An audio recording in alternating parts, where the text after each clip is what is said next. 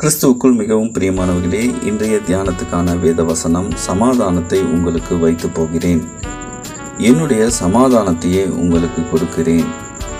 உலகம் கொடுக்கிற பிரகாரம் நான் உங்களுக்கு கொடுக்கிறதில்லை. உங்கள் இருதயம் கலங்காமலும் பயப்படாமலும் இருப்பதாக என்று இயேசு சொல்கிறார்.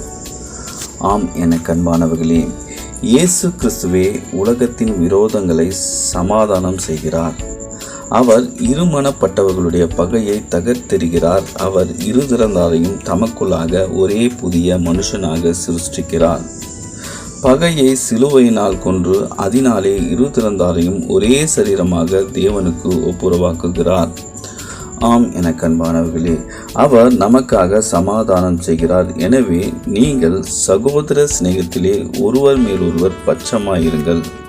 கனம் பண்ணுகிறதிலே ஒருவருக்கொருவர் முந்திக் கொள்ளுங்கள். கிறிஸ்து இயேசுவுக்கே மகிமை உண்டாவதாக. ஆமேன், ஆமேன்.